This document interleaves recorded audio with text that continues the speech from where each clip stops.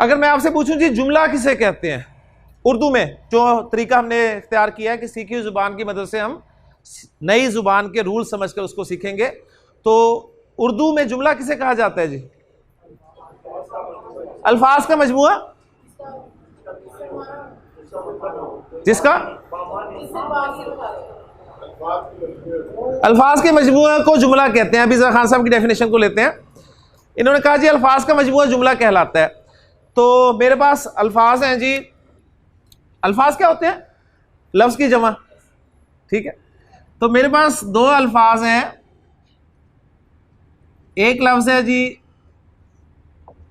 मुश्किल और एक है सबक। अल्फाज का मजमुआ, क्या ये जुमला है? नहीं, अल्फाज का मजमुआ है लेकिन जुमला नहीं है। तो इसका मतलब इस डेफिनेशन में थोड़ी कमी है। मैंने कहा जैद, आपने कहा नहीं ये दो अल्फाज हैं, तीन कर ले। मैंने कहा जी जैद की किताब, क्या ये जुमला बन गया? अभी भी नहीं बना जुमला। फिर मैंने कहा ये किताब,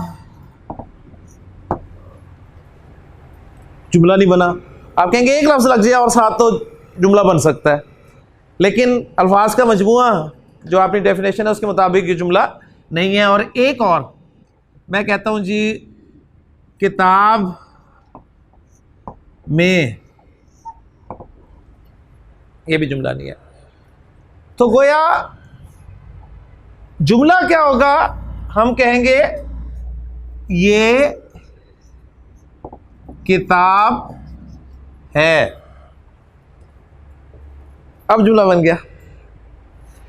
तो जुमले की डेफिनेशन ये होगी कि अल्फाज का ऐसा मजमुआ जिसमें बात पूरी हो जाए। अल्फाज का ऐसा मजमुआ जिसमें बात पूरी हो जाए। अगर अल्फाज का मजमुआ तो है लेकिन बात पूरी नहीं हो रही तो वो जुमला नहीं होगा। एक लफ्ज जो है उसको जरा समझ लें अच्छी तरह। एक लफ्ज, जिस तरह ये मुश्किल एक लफ्ज है, सबक एक लफ्ज है, जैद एक लफ्ज है, किताब एक लफ्ज है, ये एक लफ्ज है, में एक लफ्ज है। ये जितने भी अल्फाज हैं अपनी अपनी जगह पर अगर ये अलग से इस्तेमाल हो, जैसे मैं मुश्किल सिर्फ बोलूं तो मुश्किल क्या है? एडजेक्टिव है, एक सिफत है।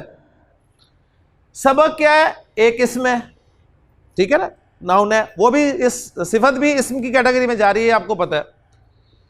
अच्छा, अब ये अपनी अपनी जगह पर एक मफहूम दे रहे हैं।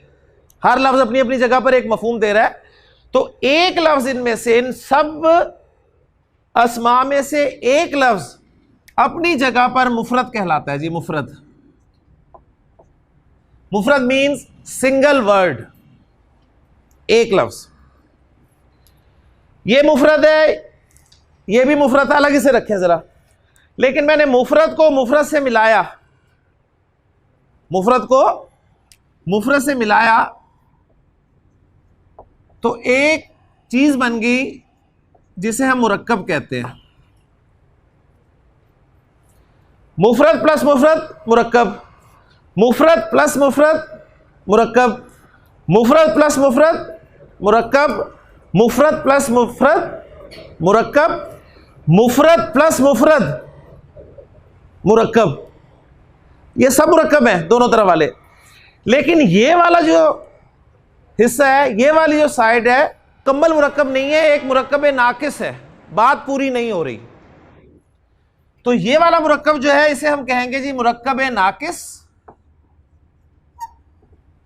और ये वाला मुरक्कब जो होगा इसको हम कहेंगे मुरक्कब ताम, जिसको जुमला भी कहा जाता है।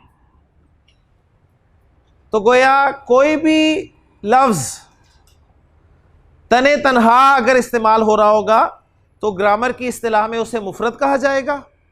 मुफरद जब मुफरद से मिलेगा तो मुरक्कब बन जाएगा, और मुरक्कब दो किस्म का होगा जी। एक होगा मुरक्कब नाकिस, यानी अल्फाज का ऐसा मजमुआ जिसमें बात पूरी ना हो, और एक होगा मुरक्कब ताम, यानी अल्फाज का ऐसा मजमुआ जिसमें बात पूरी हो जाए। मुरक्कब ताम को जुमला भी कहा जाता है। और जुमला अरबी जुबान में दो किस्म का होता है जी। एक होता है इस्मिया, जुमला इस्मिया, और एक होता है जी जुमला फेलिया।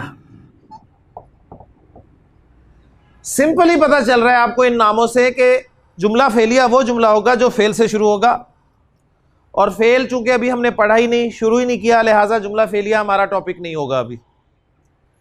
दूसरी किस्म जो है जुमला इस्मिया, ऐसा जुमला जो इस्म से शुरू होगा। बिल्कुल सादा सी डेफिनेशन इस वक्त आपके लिए, ऐसा जुमला जो इस्म से शुरू हो जुमला इस्मिया कहलाएगा। और इस्म को हमने चारों पहलुओं से पढ़ लिया है, तो इंशाअल्लाह ताला आज हम जुमला इस्मिया यहाँ पर बनाएंगे, और बेशुमार जुमला इस्मिया आप यहाँ बनाकर इंशाअल्लाह ताला उठेंगे। तो जुमला इस्मिया हमारा मेन टॉपिक है जी, यानी पूरे जुमले जो बनेंगे, और ऐसा जुमला जो इस्म से शुरू होगा उसको जुमला इस्मिया कहा जाता है। तो जुमला इस्मिया की डेफिनेशन नोट कर लें, इस वक्त आपके लिए यही डेफिनेशन जो है वो मुनासिब है कि ऐसा जुमला जो इस्म से शुरू हो जुमला इस्मिया कहलाता है।